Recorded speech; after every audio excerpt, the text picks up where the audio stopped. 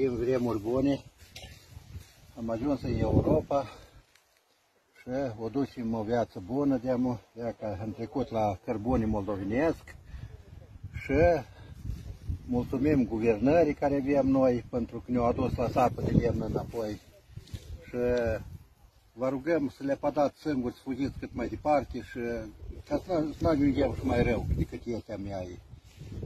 Ori faceți ceva șibă bun pentru țăranul ăsta, ori le pădați dacă nu vă duci cap să conduceți mai departe cum asta e.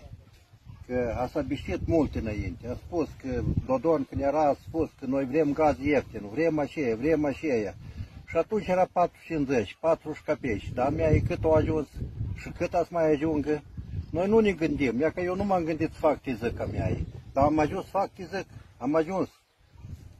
Că Gavrilițu a spus că noi dacă ne gândim, așa facem, dar eu nu m-am gândit la asta, de ce am ajuns eu să fac tizic?